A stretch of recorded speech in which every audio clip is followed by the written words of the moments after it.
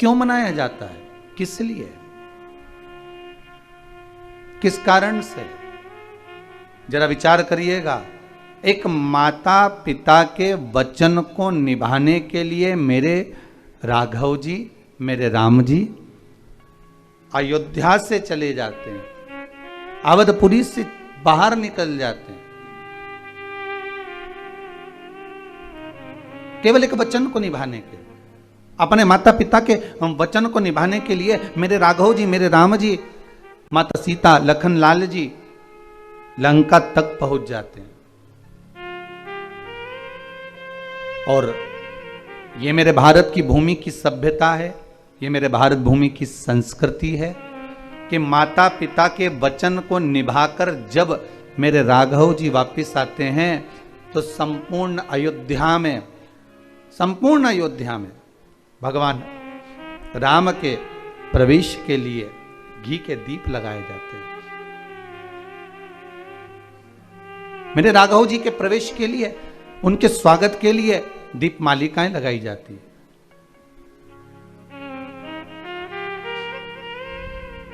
और उन दीप मालिका को मेरे राघव जी के प्रवेश के लिए संपूर्ण, और केवल अवधपुरी में नहीं, संपूर्ण विश्व में, संपूर्ण भारत की भूमि पर मेरे राघव जी के प्रवेश के लिए उनको अवधपुरी में आने के उत्साह में, उमंगता में, प्रसन्नता में घी के दीप, घृत के दीप लगाए जाते। राघव जी का महाराज पूरे संपूर्ण भूमंडल पर, और एक बात हमेशा याद रखिएगा अपने जीवन में, भगवान की सेवा में, भगवान की पूजन में, भगवान की भक्ति में हल्की वस्तुओं का प्रयोग नहीं करना। जरा विचार करिएगा, हम अगर किसी से बातें करते हैं, हम किसी से बात कर रहे होते हैं, हम किसी से मिल रहे होते हैं, अपनी वाणी में हम हल्का शब्द का प्रयोग करते हैं या हल्के शब्दों का प्रयोग करते हैं तो सामने वाले पर फर्क क्या पड़ता है कि बताओ किसमें का व्यक्ति है, इतने हल्के शब्दों का प्रयोग कर रहा है, कितने गंदे शब्दों का प्रयोग कर रहा है, कितने विचित्र शब्दों का प्रयोग कर रहा है। तो तुरंत हमारी शान वहां घट जाती है कि हमारे शब्दों का संबोधन भी हम नहीं कर पाते, हमारे शब्दों का संबोधन भी हम नहीं कर पाते।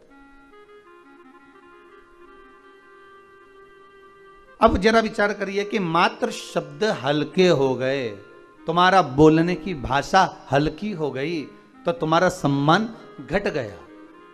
अब इस हल्के संबोधन से, हल्के शब्दों से जब तुम्हारा सम्मान घट सकता है तो जरा विचार करिएगा कि आप अगर परमात्मा की सेवा कर रहे हैं, आप भगवान की भक्ति को धारण कर रहे हैं, आप भगवान के भजन में अगर लगे हुए हैं, भगवान की चित्तवृत्ति में लगे हुए हैं और भगवान की सेवा में आप कोई हल्की वस्तु भगवान को समर्पित कर रहे हैं तो उसका कोई सुख नहीं है महाराज, उसका कोई आनंद नहीं है।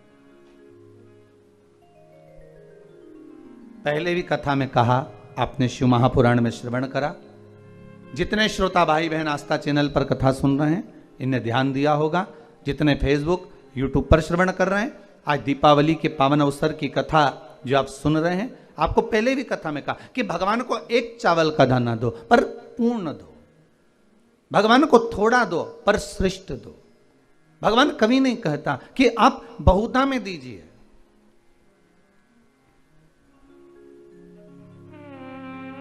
भगवान कभी नहीं कहेगा। परसों की कथा में कहा था, धनतेरस की कथा अगर आपने श्रवण करी होगी तो उसमें कहा था, कर्जा लेकर, किसी से उधार मांगकर, किसी से धन लेकर, यदि आप कोई वस्तुएं लेकर आ रहे हो, कोई सामग्री लेकर आ रहे हो और वो तुम लाकर पूजन में रख रहे हो तो उसकी कोई महत्वता नहीं, उसकी कोई मूलता नहीं है।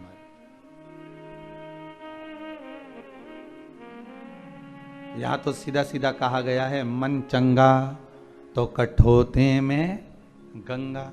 यहां तो सीधा कहा गया कि अगर आपका विश्वास प्रबल है, आपकी भक्ति प्रबल है, आपका मन प्रबल है तो भगवान वस्तुओं से नहीं रिश्ता, भगवान तो केवल निर्मल मन देखता है, भाव देखता है, शुद्धता देखता है, आपके हृदय का आनंद देखता है।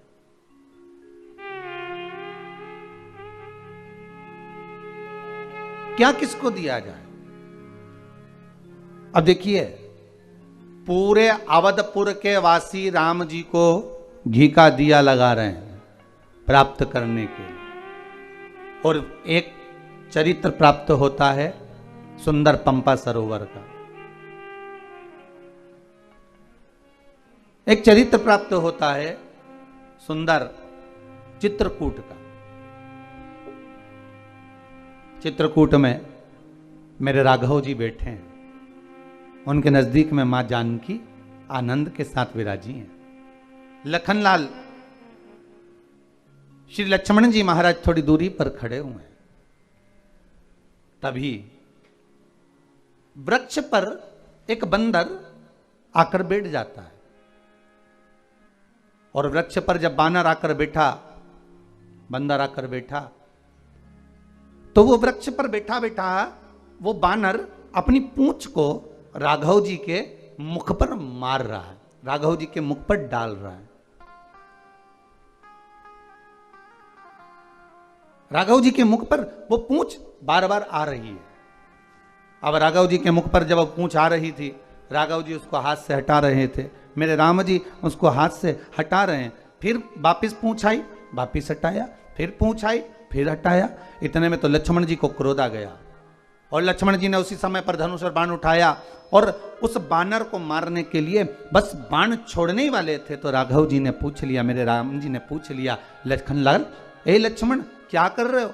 लक्ष्मण जी बोले, प्रभु बताओ तो सही, ये बार बार आपको पूंछ फेंक रहा है आपके मुख पर,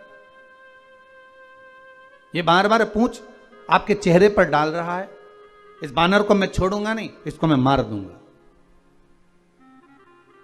राम जी बोले, देखो लक्ष्मण, जिसके पास जो होता है ना वो वही समर्पित करता है। इस बंदर के पास में देने के लिए कुछ भी नहीं है, इस बंदर के पास में मुझे प्रदान करने के लिए कुछ नहीं है। इस बंदर के पास में सबसे कीमती अगर कोई चीज है तो कपी की ममता पूंछ में। इस बंदर के पास अगर कुछ कीमती वस्तु है, इस बंदर के पास में सबसे कीमती अगर कोई सामग्री है तो वो पूंछ है। इसलिए लंकाधिपति रावण ने भी आग काय में लगवाई थी? पूंछ में आग लगवाई थी, क्योंकि बंदर की जो ममता है, कपी की ममता पूंछ में, तो कपी की जो ममता है, बानर की जो ममता है, वो पूंछ में होती है। इसलिए ये अपनी पूरी ममता, अपना पूरा सुख, अपनी पूरी ममता मुझे पूंछ के माध्यम से समर्पित कर रहा है। अवधपुर वासी राम जी के आने पर घी के दिए जलाते हैं, और श्री हनुमान जी महाराज का चरित्र कह रहा है कि मैं राघव जी को क्या प्रदान करूं, मैं राम जी को क्या करूं। अयोध्या में जब रहे हैं, अवधपुरी में जब राम आ रहे हैं, सारे अवधपुरी वासियों ने तो घी के दिए लगा दिए। तब हनुमान जी के मन में आया कि आज मेरे राघव जी अवधपुरी में प्रवेश करेंगे, आज मेरे राम अयोध्या में आएंगे, और सब दूर घी के दिए जलाए गए। भरत जी लाल सब दूर कहलवा दिए कि जब मेरे राम 14 वर्ष का वनवास करने के बाद जब वापिस आए तो संपूर्ण अवधपुरी में घी के दिए जलाए जाएं। पर हनुमान जी के मन में आया कि मैं घी कहां से लाऊं और दिया कहां से लगाऊं। हनुमान जी के मन में आया कि मैं दीप कहां से लाऊंगा, मैं दिए कहां लगाऊंगा, मैं बाती कहां से लाऊंगा, मैं घृत कहां से लाऊंगा, और कैसे राम जी के आगमन के लिए अवधपुरी में दिए जलाए जाएं, मैं क्या करूं। और मेरे राम जी हनुमान जी के मन के भाव को जान गए, क्योंकि राम राम है।